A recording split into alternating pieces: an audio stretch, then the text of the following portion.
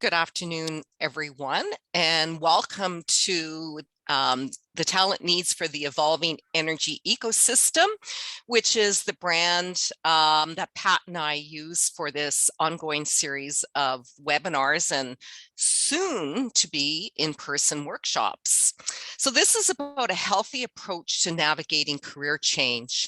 And our ongoing theme with these webinars is about navigating a resilient career through career transition and job search and tools and resources to do that. So, and this one is very much focused on an individual's health. And I will say that when we looked at the registration information, we found that there's a really significant number of career practitioners that have joined the webinar.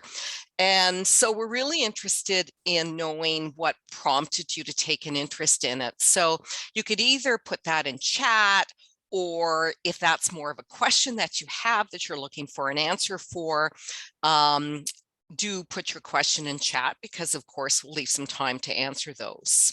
So before we get going, I'll do some quick introductions and then the land acknowledgement, and then I'll hand it over to our presenters. So my name is Cheryl Knight, and I'm usually here with my colleague Pat Huffnagel-Smith, but we gave her a vacation, and so I'm taking the lead on this one.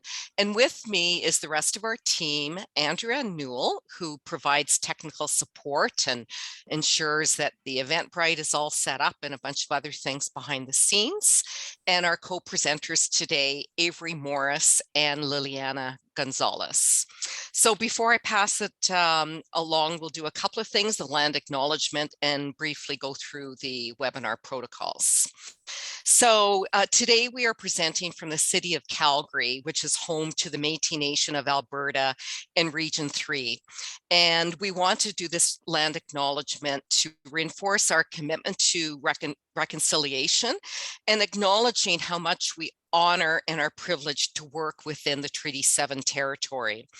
So we would like to take this time to acknowledge the traditional territories and oral practices of the Niitsitapi home of the Blackfoot Confederacy, which includes the Siksika, Piikani, and the Kainai First Nations, the Tsuut'ina, and the Stoney Nakoda, which includes the Chiniki, Bearspaw, and Wesley First Nations.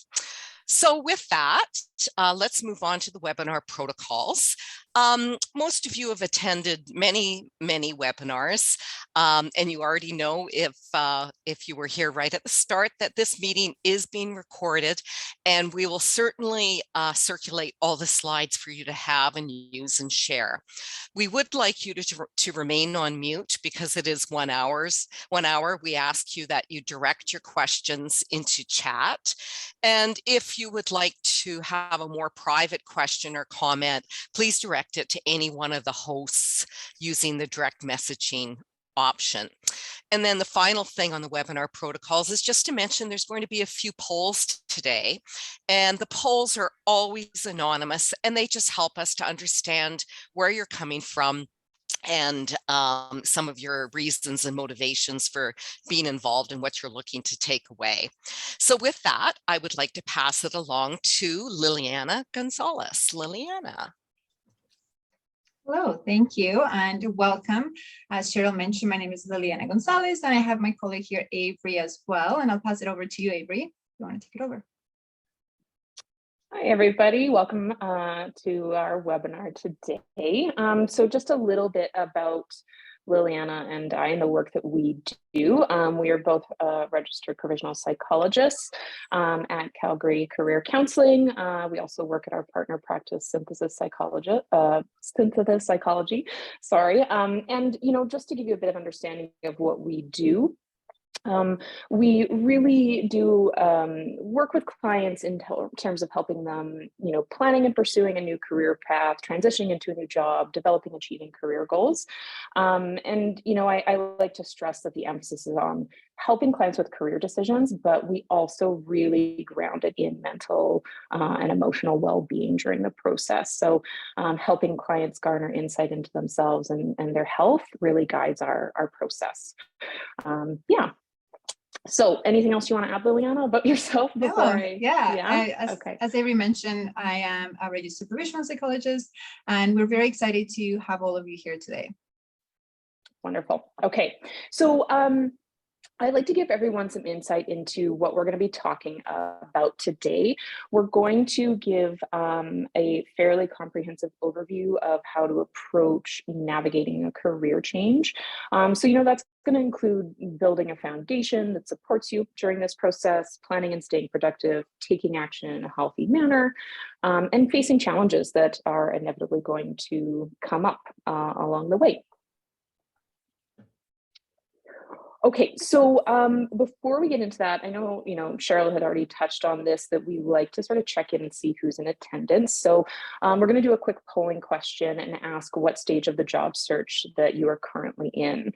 Now, if you are a career practitioner, feel free to answer on behalf of your client base or what you're seeing. So if there's certain trends, that's also really useful for us to know. So we can see exploring options, updating marketing materials, applying, interviewing.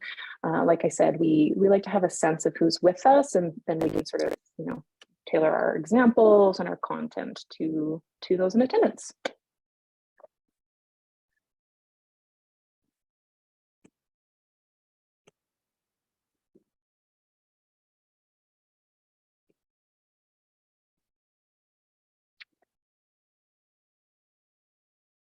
Okay, I see almost everyone has answered. So we will close the poll in about maybe 10 seconds or so, and then we'll take a look at the answers.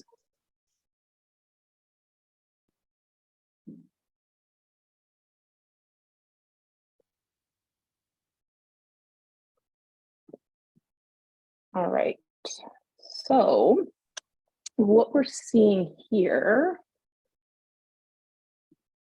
is definitely people are, exploring some options and applying phase of things. So a bit of a mixture. Don't have anybody that's responded in the interviewing stage, but that's totally fine. I think the nice thing about everything we're going to talk about today is that this is, information. These are tools and strategies you can use at any point in the process. So yeah, as already mentioned, if you have any questions along the way, feel free to pop them into the chat.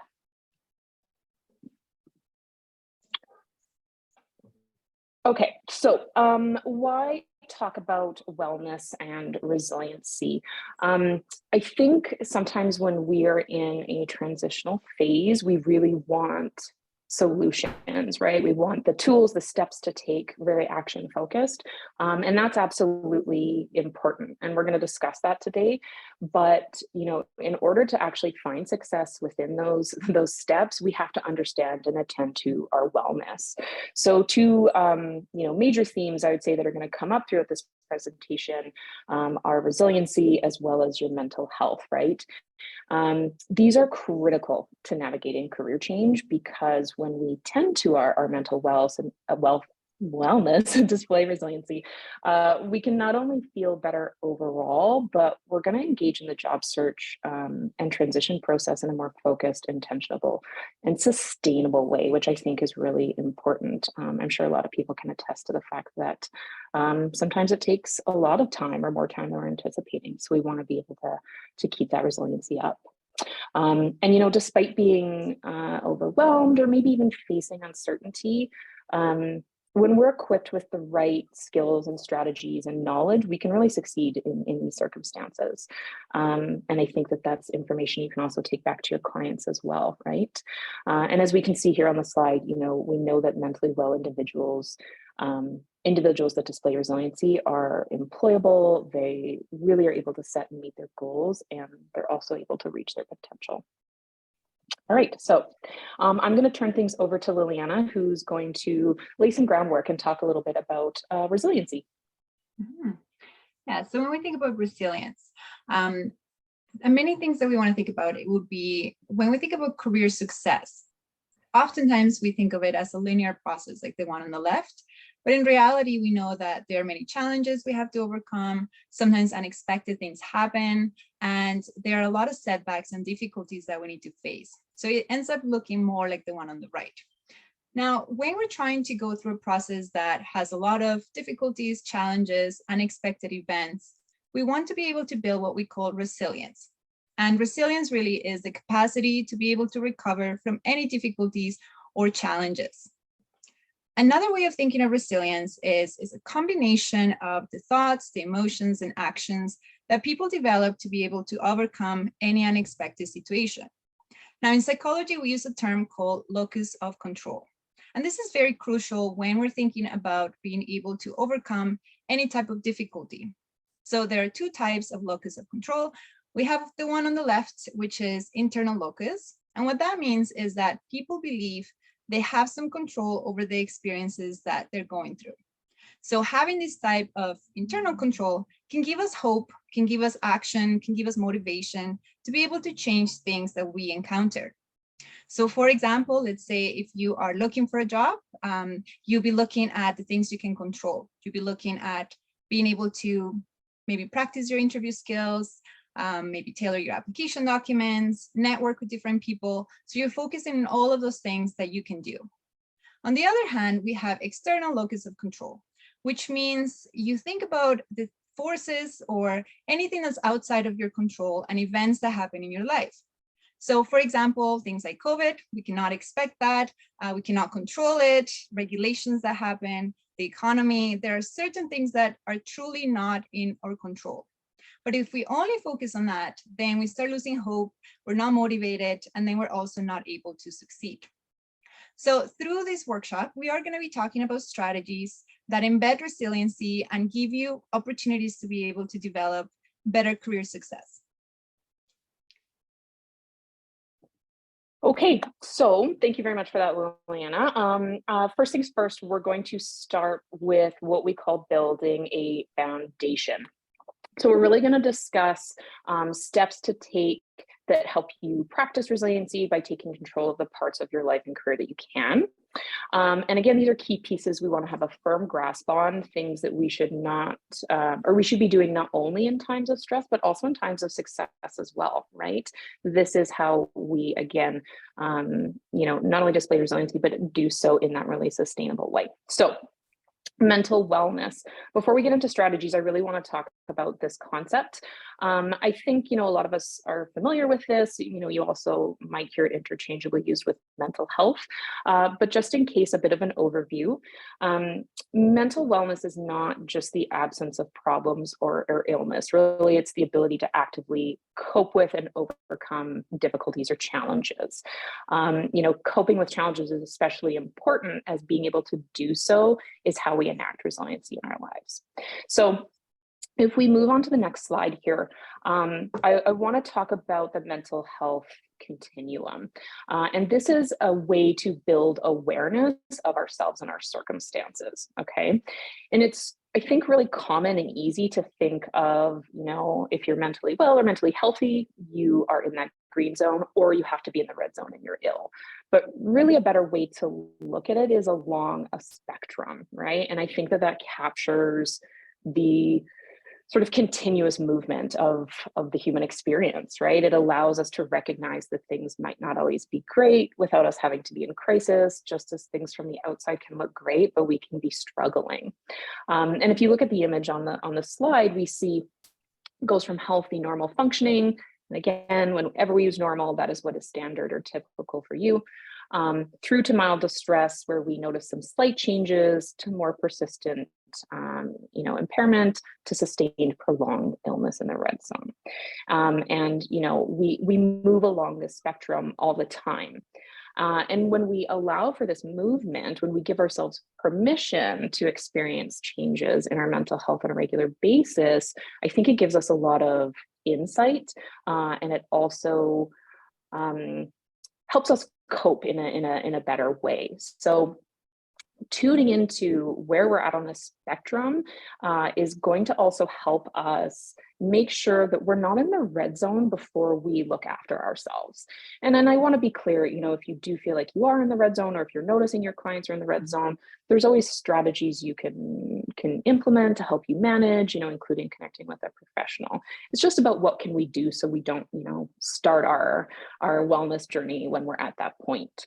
The last point I want to make is that depending on the person, a shift in our well-being can look like changes in mood, productivity, thinking patterns, all of the things that are listed on that graphic. And everyone has different indicators. So really this is a check-in, this spectrum, and that's how we inform the strategies that we use.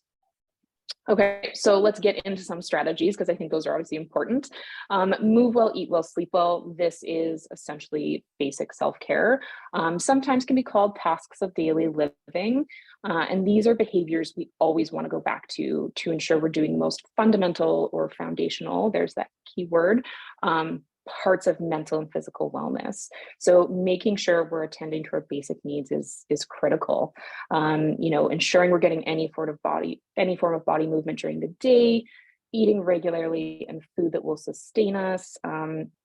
Same thing for your sleep patterns, right? We know those can get disrupted so easily when we're stressed, when we don't have our regular work schedule in place, periods of uncertainty. So always go back to these. These are things I always check in with my clients about because they are really, I think, key in making sure that we're going to be able to implement all the other strategies we talk about. Okay, so next slide, boost your confidence. This is another really important part of managing the uncertainty, I think, that comes with a transition. You know, which there's a lot of that, I would say. So we're heading into new situations. We're likely going to be experiencing some form of rejection, which we will talk about throughout this process as well. And so we want to establish some practices or mindsets so that when we are, you know, finally applying, when we're interviewing, we're going to be equipped to handle some of these more stressful elements. So I've broken it into two sections, with the first one being self-compassion, which is really about being kind and understanding towards, you know, yourself when we suffer, fail, or feel inadequate in some way, versus like ignoring our pain or being overly hard on ourselves. So some things to think about when we're talking about practicing self-compassion is we want to avoid comparison. That has never helped anybody. It really often makes us feel worse. So I think reminding yourself or reminding your clients that everyone has a different journey and all you can focus on and control is your own, right? Again, that comes back to that locus of control that Liliana talked about. We also want to practice balanced self-talk. I think we often hear about the idea of positive self-talk, and you know, I think that that's a great approach. I think it's actually more helpful to be realistic, or like I say, balanced, as we're more likely to believe it. You know, this isn't about saying positive affirmations only, but being able to view the gray in our circumstances. You know, sometimes things aren't great, could be worse, could be better. So, you know, instead of I'm the perfect candidate and I'm going to get this job, it's I've got a lot of qualities that make me great for this role.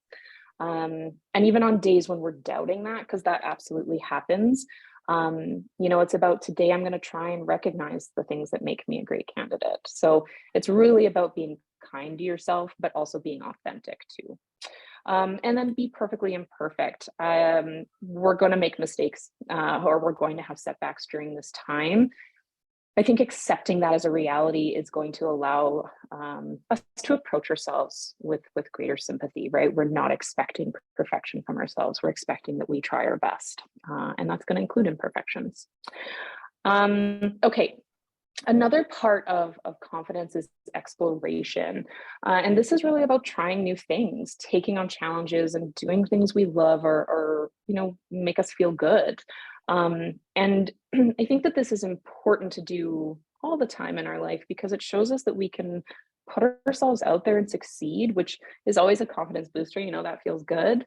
Or conversely, it shows us that if we don't find success, that we're going to be okay and we can keep going. Again, this is the idea behind resiliency. You know, I think another part we can sort of lose sight of is that new things can be fun and exciting, not just scary or intimidating, right? They can be all of those things. And to be clear, like, I'm not saying these have to be major things. You don't have to like go take up, I don't know, base jumping or anything like that. I'm saying try out a new class, or even maybe applying for a job that is a little bit different from what you normally would consider. It's just about pushing yourself in those sort of safe ways, and hopefully building up your confidence along the way. Okay, so next slide is Strengths 360, and this is connected to I think building that confidence. And Liliana's, I'm sure, going to touch on this as well, particularly when we're doing the resume process. But I think that this is really nice to have early on, and it's an exercise I do with all my clients where we have them list their own strengths, but then we also have them ask people in their trusted circle what they perceive as my client's strengths. And I think it's really helpful to talk to people who know you in different contexts to really get a fuller picture. It helps promote self-esteem, and it also can practically help us recognize like what value we bring to a new job or industry. So something really easy and simple to do. Okay, my next slide is called Finding Connection, and this is about a support network during, this transitional time. So thinking about who you want to include in that group, or, again, encouraging your clients to find this network. We want to focus on people who bring a positive energy to your interactions, spending time with people who make you feel good about yourself, outside of the context of work and career, right? So if you're connecting with people, again, during that exploration phase, I think that can be really great. So common interests outside of work.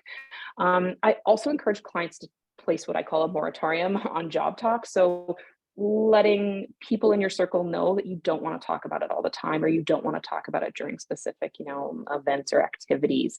It's just a bit of a mental break, right? It's occupying so much of your time, energy, thoughts. And I get it's important, but also it allows us to focus on, what's happening in the moment and have fun. And that actually is going to help us, be more productive down the road. So some things to consider, when you're hanging out with your loved ones. Okay, so we have some foundational pieces, and now I'm going to hand it over to Liliana, and she's going to walk us through what we call the planning stage. Yeah, thanks, Avery. All right, so now you're ready to create a plan. And so once you've done the foundational work, what we want to start doing is setting up specific goals. So when we think about goals, we want them to be specific, measurable, achievable, relevant, and time-bound. So I'll give you an example. Most often people have a very big goal of, I'm going to transition into a new career. I'm going to find a job. Those are very overwhelming sometimes. And so we want to start breaking them down into things that are going to be achievable and that you're going to be able to maintain and keep your motivation. So some questions you can ask if you're the one looking for a job or transition into a career, or if you have clients that you're working with. The types of questions you can ask would be, what actions are they going to take? So very specific. So let's say in order to be able to find a job or to transition into a career, you could break it down into different types of steps. So maybe one grouping is going to be the job application documents, having your resume, cover letter, and maybe a LinkedIn profile. Another one might be, let's say, creating a network, starting to be able to network with professionals, employers, maybe even informational interviews. That could be another one. And then another part could be identifying career options that are going to be a really good fit for you. So as you can see, we start breaking it down to different types of goals. Now, you want to be able to write down a specific action that you are going to take. So let's say the example of an informational interview, the action might be identifying 3 people you're going to talk to, or maybe identifying 3 industries you're interested in or companies, and trying to find people through LinkedIn to be able to connect with them. Now, we also want it to be measurable, and so we want to be able to measure our progress and be able to know that we're actually meeting our goal. So for example, again, we can quantify it if possible. Let's say if you are job searching, you might have a goal of applying to 4 jobs per week, for example, or maybe 1 job per week, whatever makes sense to the client, depending on their circumstances and whatever is going to be achievable to them. So the next one here is, do you have the resources needed to be able to make this goal happen? Are you going to be able to make it happen? Is it realistic and relevant, which is the next one? And when we think about relevant, always think about the bigger picture. So sometimes people get caught up on the shorter term goal of, I need to find a job, but they're not thinking about, is this the right company? Is this the right fit? Does it meet my expertise and the areas where I want to stay? And so it is important to also think about the bigger picture and thinking about the long-term goal of where you're going to end up. And then lastly, have a time frame. And so oftentimes it could be divided into, let's say, something you're going to do in one day or in a particular week. And so that way you can start quantifying more of your goals. You also want to focus on your preferences and strengths. So as Avery mentioned, that is part of the foundational process, but you could also move that towards your plan. And so if, let's say, you are an extrovert and your strength is to be able to communicate with people, connect with others, maybe you're going to use this as part of the main process of your career transition or your job search. Or maybe you are very great at technical skills and that is your expertise. So maybe you're going to use your expertise to present at conferences and to be able to develop your profile. So every single person is going to have a unique plan depending on their strengths. We also want to think about something called self-exploration. So as many of you know, as career practitioners, we know that it's so important to consider your interests, your personality, skills, values, and beliefs. But oftentimes people don't consider this as the foundation and planning stage of their career process. So reminding them, and if you are a person looking for a career transition or a job, starting to think about what will be some of my skills that will be transferable. What's my personality like, and what kind of industries, companies, or jobs are going to be matching that personality? We've also included beliefs here because beliefs can also impact the way that we motivate ourselves, or resiliency, and how we go about transitioning to a new career. So a couple examples of beliefs. We have beliefs such as maybe starting in a new career means that I have to start all over again. Or maybe I believe that it's too late based on my age. And so some of those beliefs can be limiting in that they don't allow us to be able to get motivated. And so start writing down some of the beliefs that you have, or getting your clients to identify them, and then trying to challenge some of those beliefs, trying to think about how that belief can be impacting you, or how it could actually be helping you out in your career. And then another point here, values are very important. And so when we think about values, considering the things that motivate you, the things that matter to you, and being able to incorporate that into the plan. So for example, let's say family is very important to you, perhaps making time in your plan to be able to have family time. Or maybe financial stability is very important to you. Maybe creating a plan that incorporates a short term of being able to have that stability and a longer term of being able to identify a career or a job that match your preferences better. Another part of creating a plan is researching your next steps. And so as we know, Alberta is going to a big transformation. We have different types of industries that are evolving, and we are placing more importance on that too. So making sure that you are aware of the labor market, any types of funding that it might be available for new companies or industries, and being able to research the different companies that you might want to approach. So part of the plan too is being proactive. You don't want to wait until a job posting is up to be able to see if you fit into that particular opportunity. You want to also identify the opportunities before they even come up. So creating a plan of the industries you're interested in, the companies, potential jobs that you might want to do, and also people you want to connect with before an opportunity comes up is going to be part of your plan. Now, you do want to keep your goal in mind and revisit it regularly. So sometimes people create goals, but then they become really overwhelming. They are losing motivation. And as Avery mentioned, maybe looking at that continuum of your mental health, kind of checking in, seeing if you need to go back to basics. Maybe you're feeling like your energy, you're running out of energy, you don't have enough energy. So you might have to go back and think about exercising, or maybe a healthy diet. And so going back to basics. So really revisit your goal and try to change it and adapt it dependent on the circumstances and whatever you're able to handle. And as part of that, we also have a couple tips for you here. So as you are creating a plan, it might be helpful to have a schedule or structure. So when we think about structure, we know based on research that it promotes productivity, it helps us with mental wellness, and it allows us to check in and see that we're making progress. And so having some type of structure is going to be beneficial for you.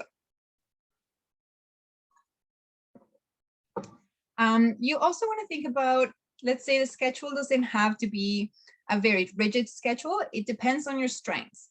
So if you're much more of a flexible person, perhaps the structure might be on Mondays, I work on applications, Tuesdays, I network, and maybe Fridays, I work out and I have fun. I kind of go and enjoy some of my hobbies.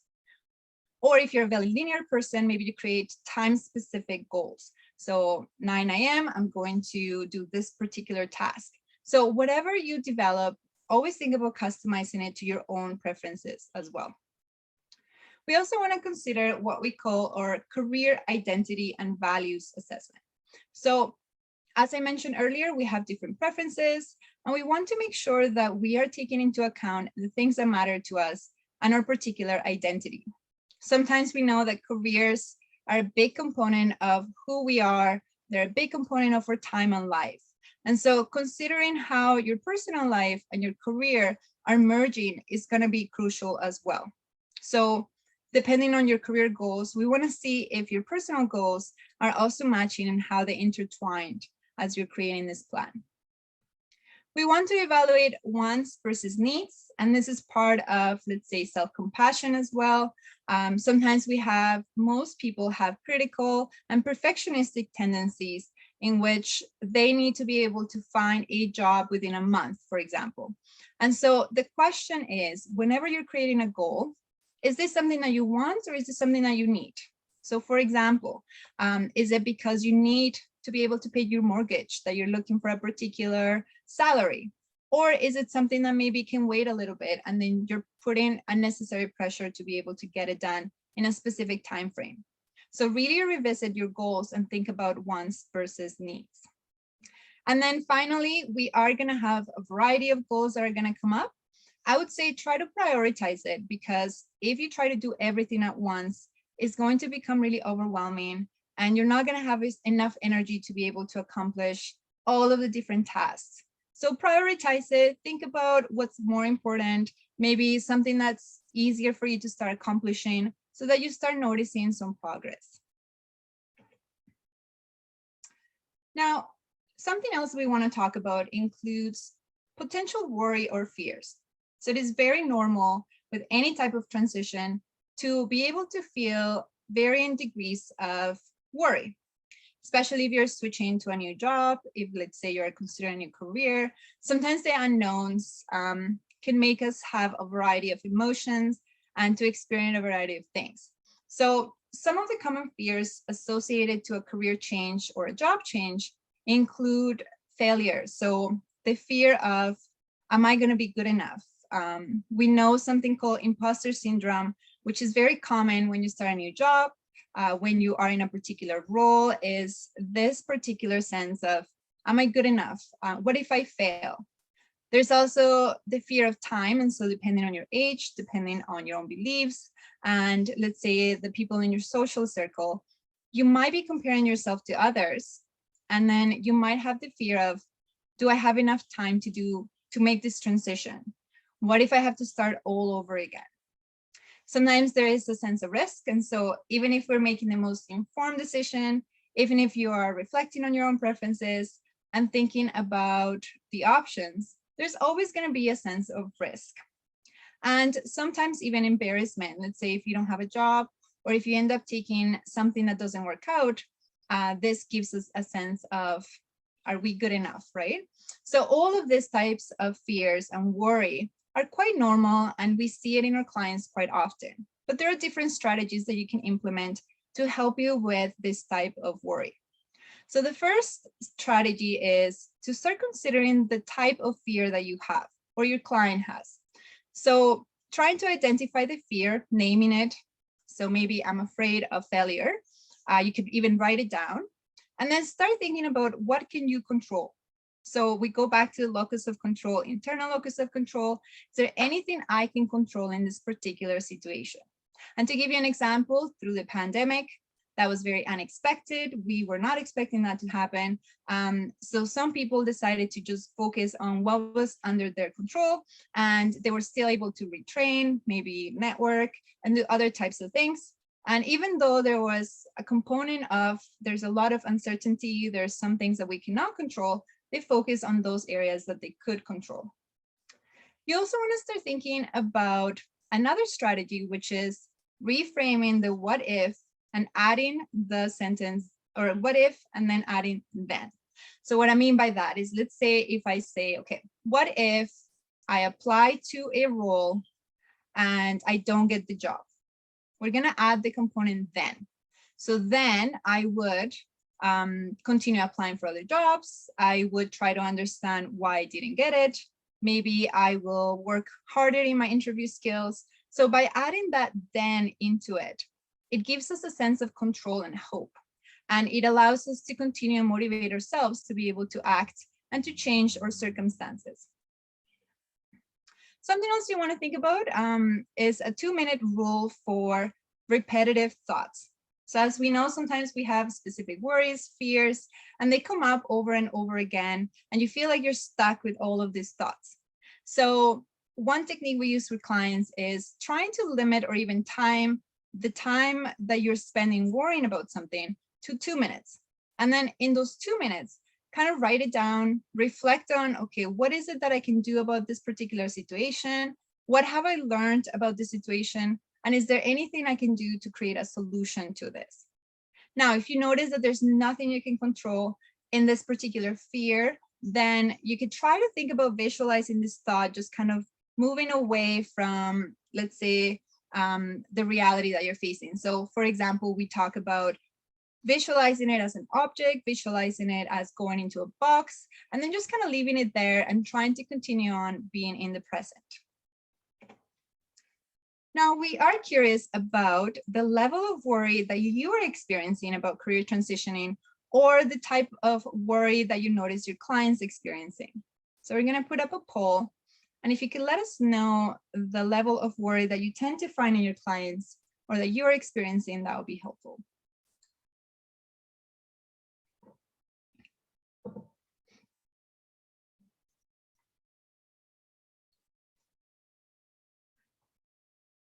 Yeah, so we have 1 to 3 low, 4 to 6 medium, and 7 to 10 high.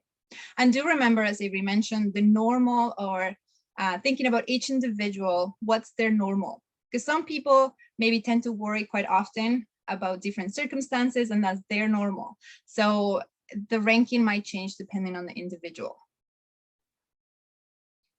Okay, so I'll give you a couple more minutes, and if you want to select it, then we'll share the poll. But so far, we're seeing most people are experiencing medium or actually very high worry, or experiencing that high level, 7 to 10. All right, so we can end it. So 67% of people that participated mentioned having 7 to 10 high level of worry. So as we can see, it's a normal experience. It's not going to be possible to get rid of worry, but think about changing it into something that's going to be more useful and is going to engage your motivation more. All right, thank you. So now, before I pass it on to the next session to Avery, I'm going to quickly talk about acting. And so you've set up your goals, you've created the foundation, you're taking care of yourself, but now we also want to make sure that you are knowing your limits. So every single person is going to have a threshold of their different types of energy levels. And so by being mindful of your energy levels, how we're doing, checking in with ourselves, then we can provide ourselves with more energy when needed. One type of strategy is what we call the Pomodoro method or technique. And so how this works is sometimes this helps us engage more productivity and to be very focused on the tasks that we are completing.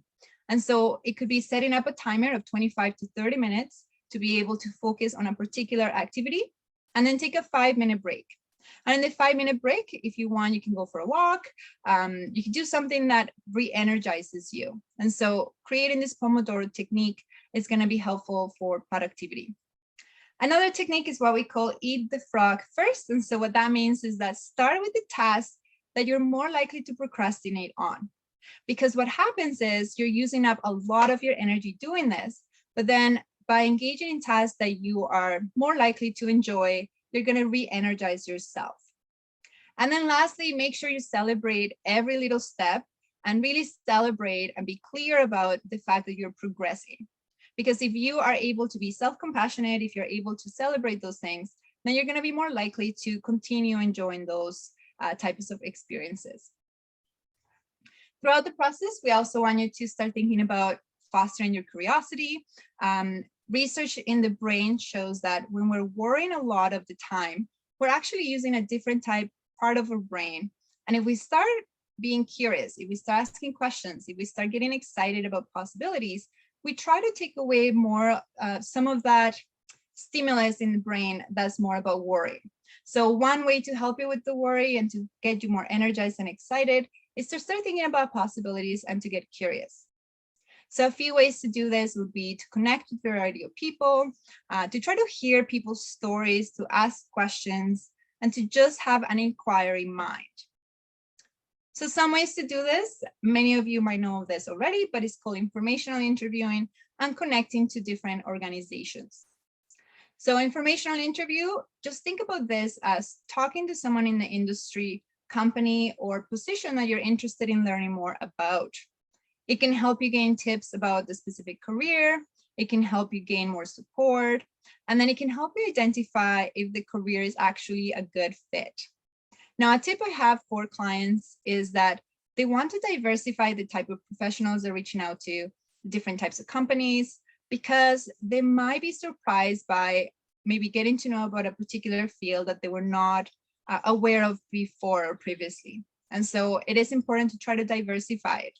Also thinking about entry-level, junior, mid-level, senior type of pathways, because then they'll be able to understand what kind of career success they want to follow as well. Now, different ways that you can identify people to talk to would include starting with immediate family or extended family. It could also be friends, community members, people in your current or previous teachers, coaches, previous colleagues, and now something like social media platforms. As we know, LinkedIn has become very big in terms of networking in a professional way. And so LinkedIn could be another way to start networking. And company directories. And so oftentimes companies will have a list of contacts, or they might even have specific events that you can attend. And so there are many ways that you can start talking to a variety of people. Now, if you're more introverted, that's okay. You can still use different other ways of getting information as well, such as online resources, webinars like this one, professional development opportunities, so that you can still be able to gain some of those types of information. All right, and then connecting with the potential employers. And so a variety of ways to do that, networking and career fairs. We're noticing a shift now. Many of the career fairs are happening in person again. And so being able to participate in those career fairs, signing up for professional associations or newsletter. So this can give you updates into what's happening in a particular industry. It can let you know about different types of jobs that might be available, and also any type of events that they might be having in that particular industry. We also have, as I mentioned, contacting companies, following companies through LinkedIn, and then signing up for professional development programs. And oftentimes within the professional development programs, you're going to be finding a lot of people who might be employed in a particular field that can provide a great network. And as we know, before you start doing some of these things, one of your goals ideally is going to be creating a very strong brand. And so something like revisiting your LinkedIn profile, that could be perhaps one of your goals. Making sure your social media content is going to be professional. And for fun, even Googling your name to see what comes up, just to see how your online brand is coming up. And after COVID, now we know that many companies are switching into more digital types of work. And so online presence has become even more important nowadays. And tailoring your application documents, as we know, there are many companies, about 90% of large companies use applicant tracking systems. 50% of them, mid-sized companies use them. And for those of you that might not be aware of what ATS is a software that is going to be scanning your documents when you apply for a particular job. And so it is going to be looking for the skills, knowledge, abilities as it relates to a job. And it's going to be either screening you into the applicant pool that's going to be interviewed, or it's going to screen you out. And so another part of your goals ideally is going to be tailoring those documents, trying to identify the keywords and expertise that that particular job needs. And the last point I wanted to make before I pass it on to Avery is that you want to stay connected to your hobbies and interests, as Avery mentioned. Sometimes people feel guilty about doing that because they're thinking, okay, you know, I can be more productive doing other types of work, networking, applying for jobs. But just consider this as you are re-energizing, you're getting some of that energy back, and it's going to help you be more productive. So I'll pass it on to Avery. Okay, thank you so much for all of that, Liliana. So the final piece here that I'm going to talk about is practicing self-acceptance. And this is really about accepting our circumstances and having a certain mindset during this time. So the first thing I'm going to talk about on the next slide here is what we call grieve, not dwell. And this is a really important practice, right? Grief after loss, which, you know, absolutely losing a job or making a career change includes, it can be really difficult, right? We can lose a sense of identity, energy, education, time, all of this stuff, you know, even if it's a welcome change. And careers are such an important part of our lives. So I think it's really necessary to acknowledge that fact. So some differences, though, in how we do this in a healthy way is that grieving acknowledges how difficult it's been, and that can be including like talking through our emotions or experience with someone. It's reflective, so I think it really looks at our experience from all sides, including the pros and cons, the positive and the negative. Whereas dwelling is something that only focuses on loss instead of acknowledging maybe what has been gained from this change. It includes rumination, so continually thinking about things, particularly the upsetting parts of our experiences. And it's not really trying to understand or see outcomes. So as an example, so you've been laid off during a downturn, dwelling would be pretending you don't care, or maybe you go the other way and constantly talk about how unfair it is. You might focus on the lack of purpose in your day, your financial worry, only see how terrible the job market is. You know, you even replay the day you got laid off over and over again in your head, or potentially blame yourself for not being a better employee and you know, getting to stay. Grieving, I think, would be more about talking about how difficult it's been, acknowledging, you know, all of the things that you're feeling. So maybe you're lost and frustrated, but also, and this often happens after a bit of time, you can see that maybe, you know, you are really hurt about it and upset, but you've also been looking for a challenge, and that you do have a lot to offer a company. So, you know, you're ready to bring that energy into the next sort of phase of your career. And I cannot stress this enough, rejection is normal. Doesn't feel good, but it is very common, right? I think to always get an interview or a job offer is actually the exception to the rule. And so I like to normalize this fact with my clients, right? You know, it can be painful and uncomfortable, but rejection is not always necessarily a reflection of something lacking in you. So that's an important thing to remember, okay? So next thing is manage expectations. And Liliana actually even talked about this a little earlier on. You know, this idea that we go into situations with ideas about how we want things to be, right? And this can be useful in that it, you know, helps motivate us. We can build our goals around it. But the downside is that sometimes our expectations can be unrealistic, which means the reality can be really disappointing and difficult to recover from. So a couple things that, you know, we want to focus on is, again, first, the mindset, right? So We may think that we'll apply and get interviews right away, or we might expect that just because we're the perfect, in quotes, candidate, we're going to get a job. And unfortunately, that's not, always the case. And I don't mean that to sound cynical or disheartening, but, I think what can be really helpful is to look at the reality of the situation. And as you can see here, it's messy and confusing, and there's peaks and valleys. And that might seem unappealing, I get that, but we want to integrate that into how we view this process, right? That, mess and setbacks and successes, like, it all comes together, and it doesn't mean that you're not going to find success within the journey or at the end of it. So just knowing that and reminding yourself can really keep us going during the particularly tough times. I also really encourage people to maybe write down expectations, discuss them, have a clear idea so they can help establish their priorities, their goals, and be honest about the consequences of them. Again, Lillian talked about this, I need to get a job right away. I expect to get a job right away. That might not happen. So again, what is the outcome of that? And, to be clear, I'm not telling you what's right or wrong, or, I wouldn't encourage you to tell that to your clients. It's really about understanding what it looks like and the reality of not only those expectations, but of our circumstances. And that is really about how we practice resiliency. Okay, next slide. Worth doesn't equal externals. And this is really a central part of accepting our situation. And it also actually helps us build and maintain self-esteem.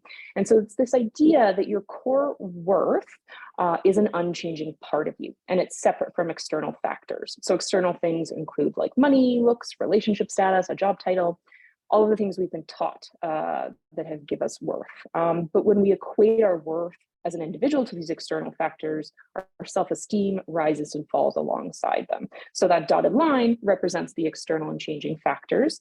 And then the solid line on the slide here shows your core worth, and it stays constant regardless.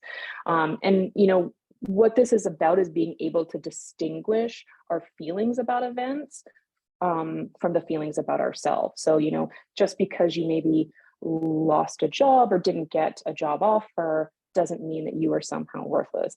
It means that like a bad thing happened and it's unfortunate, but we can absolutely bounce back from it, and it doesn't change who you are as a person, okay? The next thing I want to talk about is called managing your thoughts and emotions. And this is a way to really, I think, keep in check all of the stuff that's going to be going on in our heads during this time. Liliana talked about the 2-minute worry. This is a really helpful technique. The one thing I want to highlight too, which is another alternative to it, is what I call the brain dump. Sometimes it's nice just to worry and not have to do anything with it. So like I've even encouraged clients to like journal or just write everything down, close the book, put it away. Again, it always has to be time limited, but it's a way for us to just kind of get it all out and be able to move on. We can always come back and revisit those worries, right? I'm sure they're not going anywhere. Next one is what I call recognize, not internalize. And this is, acknowledging and accepting things are tough, but avoiding labeling ourselves in a negative way. So again, this sort of builds on the last slide, right? In terms of our core worth and how we view ourselves. So maybe you feel inferior because you didn't get a promotion and your colleague did. That doesn't mean you're somehow less than as a person, right? A trick therapists love to toss around is, talk to yourself how you talk to a friend. If they didn't get the promotion, you would never tell them that they suck and they didn't deserve it, right? So, if you do find that you're being really hard on yourself, you're being really critical, talk to yourself in that way, be kind, be gentle, imagine that you were talking to a friend. And then finally, practice balanced thinking. I touched on this when we talked about balanced self-talk. And really, this is, again, being able to distinguish facts from the reality. So facts from feelings, right? So as an example, no one's going to hire someone from the oil and gas sector. I am feeling really down about myself. I don't have any hope. Well, the evidence or fact is that it can be challenging, right? We know crossing industries can be tough if that's what you're doing. Perhaps you haven't made it to the interview stage yet, so you feel like that's reinforcing it. But we do know that people actually have been given opportunities, right? Again, fostering curiosity. Liliana talked about this. How do we, find those stories to sort of challenge some of those negative thoughts we're having?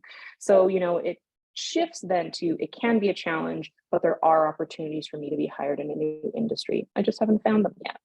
I'm feeling rejected, but I can and will keep going. So this is balanced, it's realistic, and it's more likely to keep us motivated during the process. So some things to consider, whether it's for yourself or for your clients. So final thing is just some resources listed here. I know everyone's going to be sent the PowerPoint, so these are all hyperlinked, lots of resources within all of these. So check them out or pass them along to your clients, because I think that they can be useful and offer a wide variety of strategies and tools. So just a final thank you. For more information, you can reach out to us at calgarycareercounseling.com, give us a call, and we're always here to support clients along the way. Great. Thank you very much, Avery and Liliana. I'm glad you mentioned the unrealistic worry nobody's going to hire anybody from the oil and gas industry, because it's a really great segue to telling you about our upcoming events. Mm-hmm. But before I do that, really good question. Somebody was very impressed with the mental health continuum slide. And, that is very impactful. So really good question. Is this continuum, does that represent something you go through in the matter of a day, or is it a longer process of days, weeks, or months? Yeah. So who would like to take that? I can take that since I'm the one that brought it up. That is a really good question. I would say it is something that is a bit longer. I think if you're noticing like really wild swings like that in your day, that sort of speaks to something different. So it is something a bit longer term. I will say though that if you take a minute and think about it, we do experience a lot of emotions in a day, right? And that is actually quite standard. But it's again more about, am I noticing more sustained changes, right? So am I notice that I'm continually staying up late for no reason other than I don't want to go to bed? Am I noticing that I'm irritable for days on end? So it's a bit more prolonged, but yeah, changes are really common. Great, thank you. I have a question, and you kind of referenced more digital environments that we're working in.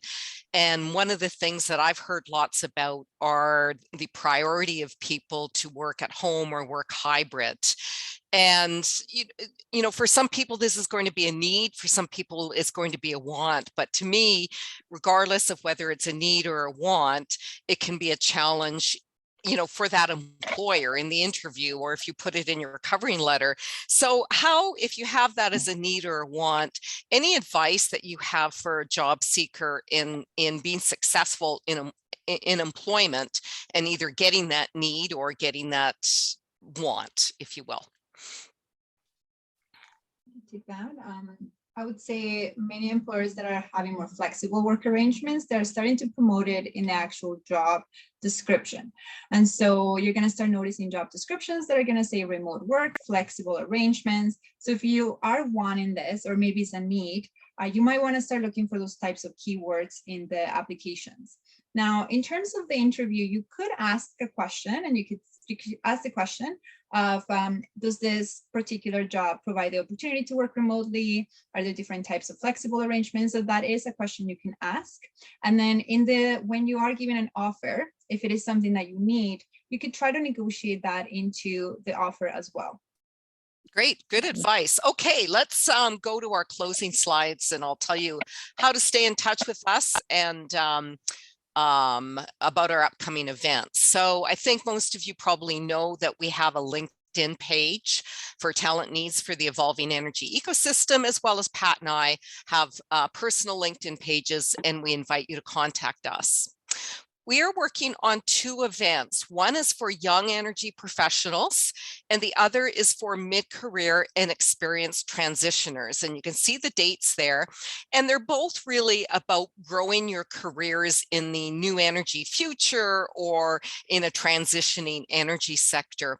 So we'll have more details for that in our newsletter. So if you haven't signed up for it, please do so. And we look forward to seeing you at one or both of those events, which will both include panels with employers. So that's why I wanted you to know about it and to follow it in our newsletter. Thank you very much for joining us. I hope you have a fantastic rest of the day and week, and we'll look forward to seeing you again at another event.